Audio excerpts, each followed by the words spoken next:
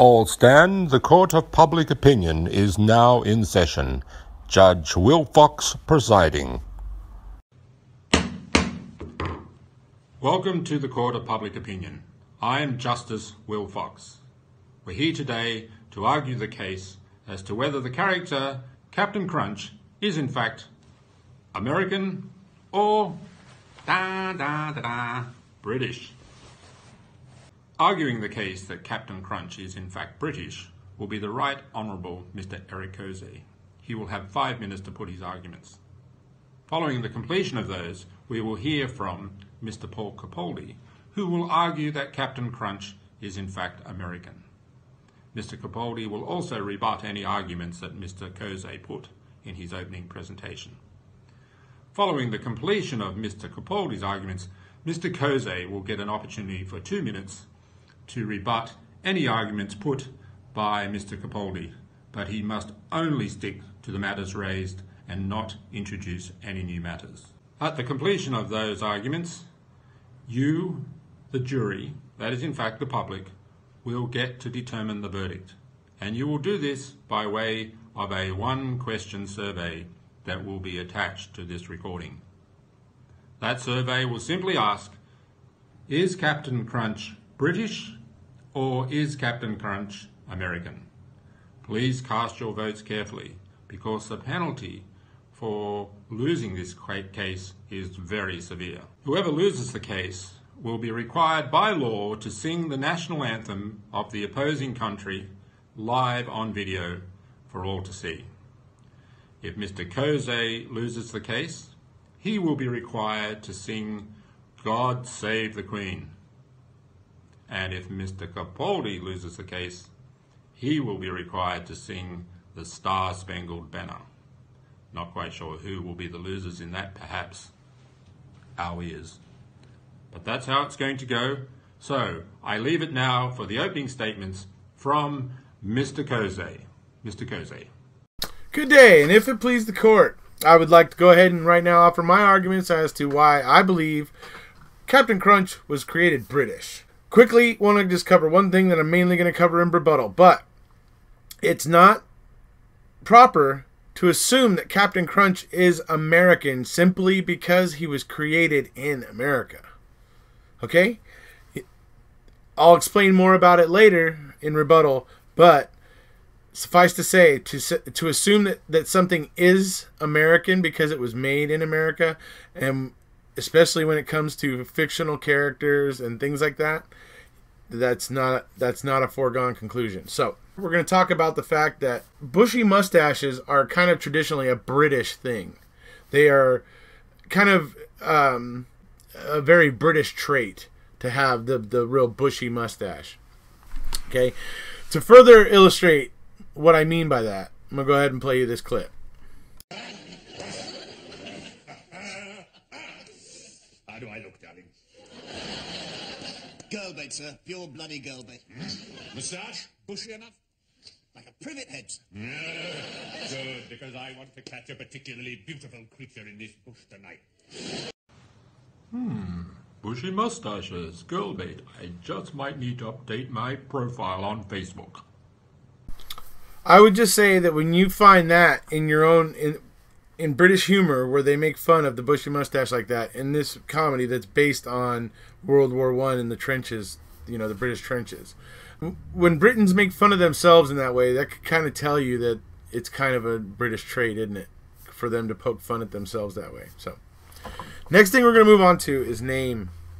Okay, Captain Crunch's name, his full name, is Captain Horatio Magellan Crunch. Horatio Magellan, guys. Now, what stands out about those two names, folks? Number one, Horatio. Horatio comes from a very, very famous British commander, admiral. Very well known throughout the world. Horatio Nelson is just a huge, huge name throughout the world. Okay? Then you go to his middle name, which is Magellan. Okay? Magellan may not be British. Magellan is clearly European. And what I'm getting at is as you look at all of the things about Captain Crunch, you find out that it seems like the inspiration for him came from outside of America. So, and I'll show you that further here as we move into his crew. The other two members of Captain Crunch's crew, as I told you, Brunhilde, clearly of German or, that sort of, descent. Then we got Carlisle. Okay, Carlisle is not an American name. There's not a lot of people, there's not a lot of dudes in America named Carlisle. It's just not a common name. Now, you get some girls named Carly, which is maybe a shortened version of that. But don't get a whole lot of dudes named Carlisle here in the U.S. So, as you can see, this is two members of Captain Crunch's crew. One, Alfie. As I've said before, Alfred the Great, the first king of England.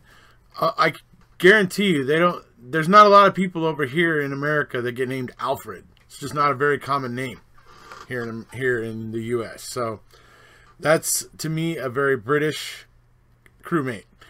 Then you got Dave there. Dave, on the other hand, I'm willing to say, okay, Dave could be American. Dave might be American. It looks to me that when people sat down to create Captain Crunch, they had a European captain or sailor or admiral in mind. And they even picked a mainly European or English crew.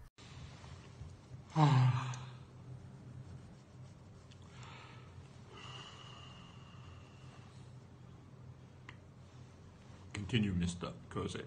And last but not least of all, what we have here, folks, is Captain Crunch's birth certificate, folks. And what it says, unfortunately, it's not getting clear here for you to be able to see, but it says that Captain Crunch was born South High Street, Southampton Docks, Southampton, England. So it sounds like the advertisers over at Quaker and the advertisers, well, we know how they are. They don't always tell the truth, do they? Birth certificate says it all.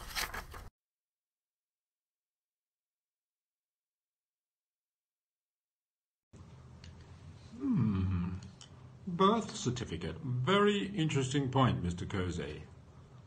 Southampton, the naval dockyards for Britain. Very interesting. Thank you very much, Mr. Cozy. We will now hear from Mr. Capaldi, who will argue that Captain Crunch is in fact American. Ladies and gentlemen of the jury, I actually have quite a bit of sympathy for Eric Cozy. For while I am older than him, which is a disadvantage, I then have the advantage of being a lot wiser than him. Now, another reason for sympathy for Eric Cozy is that the United States of America is a huge country of 50 states. 11 of those states are actually larger than the UK, the combined United Kingdom. And so it's understandable to a certain extent why Americans tend to be rather inward looking. They have no need to know anything about the rest of the world. And if Eric Cozy did know anything about the rest of the world, he would realise that naval uniforms throughout the world are modelled on those of the Royal Navy, the British Royal Navy, which was formed in 1546 and has been around for 472 years. As I say, navies throughout the world have modelled their uniform on the iconic Royal Navy. Now, having been formed in 1546, the Royal Navy does not have a monopoly on bushy moustaches. It is not a prerequisite that to be a captain or a commander you have to have a bushy moustache. That is, quite frankly, one of the most ludicrous arguments I have ever heard from Eric Cozy. It's a good job that his making a murderer observations are far more intelligent. Moving on to the names. The name argument is, again, completely and utterly irrelevant. I only have to look at some of the players that play for England in the England cricket team. We have players such as Moeen Ali and Adil Rashid, whose obviously their parents or grandparents or possibly great-grandparents were, of course, from Asia, but they are British. They play for England, the England cricket team, the England and Wales cricket team. In rugby union, another sport that I follow quite a bit, we have rugby union players such as Mako Vinapolo of Fijian origin, if you go back enough generations, and Ugo Monya from Central African origins. But all of these players, they play for England, and therefore they are British citizens. Now, as I say, he is definitely, Captain Crunch is definitely not British based on any of the arguments that Erekhozy has presented. British naval uniform, Mr. Capaldi. Interesting. You might care to also not insult Americans' geography. Just a little hint when it comes to the jury. And now I shall go on to explain why he is American. You only need to hear a few words uttered by Captain Crunch to realise that he is American. Why? Because of course he has an American accent. Everybody accepts that he has an American accent. Now the product was created obviously before the character. The character was developed by Compton Advertising. They were approached by Quaker Oats, and thus Captain Crunch was born in America in 1963. They then actually Quaker Oats got hold of J. Ward Production of Los Angeles in order to create the animation. Captain Crunch is no more British than Yogi Bear, Bart Simpson, Tom and Jerry, or the Flintstones. They are all American cartoon icons. They all have American DNA. Interesting point, Mr. Capaldi. Cartoon characters. Yogi Bear. Another picnic basket and Fred Flintstone. Oh yeah. Here we go. Yabba dabba doo. Good point. Now for 4 months, we have been asking them to produce a birth certificate which would prove what they wanted to prove. And for 4 months, we've been told that's impossible. Captain Crunch is a fictional character. Therefore, he has a fictional birth certificate, you muppet. That's what we've been getting. Yesterday, what transpired? The magical birth certificate. Hey, Capaldi. Good effort, my buddy. Go Scotland. And now we'll hear the rebuttal from Mr. Cossey. Mr. Cossey has 2 minutes and cannot introduce any new evidence. Mr. Cossey. In response to my learned colleague, who has always reminded me a bit of Methuselah, but anyway, I would say this. Number one, a bunch of people that he was naming that live in Britain that have names that are from different areas of the world. Well, I would just point out every single one of those people that he pointed out was a real person. Real people they migrate from different places of the world and live in different places. We even become citizens of those places that they move to. And fictional characters, as we are talking about here, basically, as a whole. Mike Myers is a Canadian. Okay, he identifies mainly as a Canadian. He is very, very proud, mostly proud of his Canadian heritage. And if you don't believe me, you only have to look at the appearance he made on John Oliver one time, where he was dressed as a Mountie, a Canadian Mountie. Okay, Michael Myers is decidedly Canadian.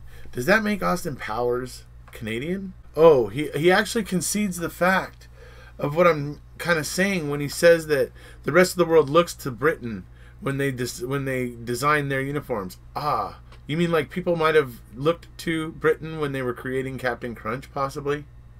Captain Crunch's accent is just a strange accent, in my opinion. I wouldn't necessarily say it's particularly American. The guy who does the voice for Captain Crunch always did weird voices for every cartoon that he did. The last final thing that I will bring up, in line with my original argument about the captain's crew, they were primarily European. Well, the captain's arch enemy, people, his name was Jean Lafoot. Okay? That's clearly a French name. So now we have an enemy that's of French origin. And I believe that Captain Crunch was created in the image of a British captain. Thank you for your time. Thank you, Mr. Cozy. Well, that was quite an interesting debate. Forgive me if I got a little confused in the end about countries. We started talking about America. We then went on to talk about Britain. Someone mentioned Asia. Get that, India. Then there was a discussion about some crew member that belonged to Germany. Whoa. Then we had a discussion about Canadian. Oh, no, Mr. Lafoot, that's it, French. Another discussion. Whoa. And then, Canadian. And if that wasn't enough, we had a discussion about Africans, South Africans. Forgive me if I thought I was wrapped up in a Sheldon episode of Fun with Flags. Where's Amy when you need her? Well, ladies and gentlemen, members of the jury, it's now over to you. You've heard the arguments, you've heard the debate. It's time to vote. The question simply is Captain Crunch American?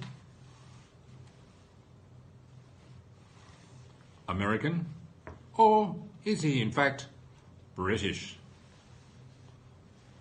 Pip pip. It's now over to you. Ladies and gentlemen of the jury, the public, you now have the opportunity to vote, which you can do by completing the one-question survey attached as a link to this video.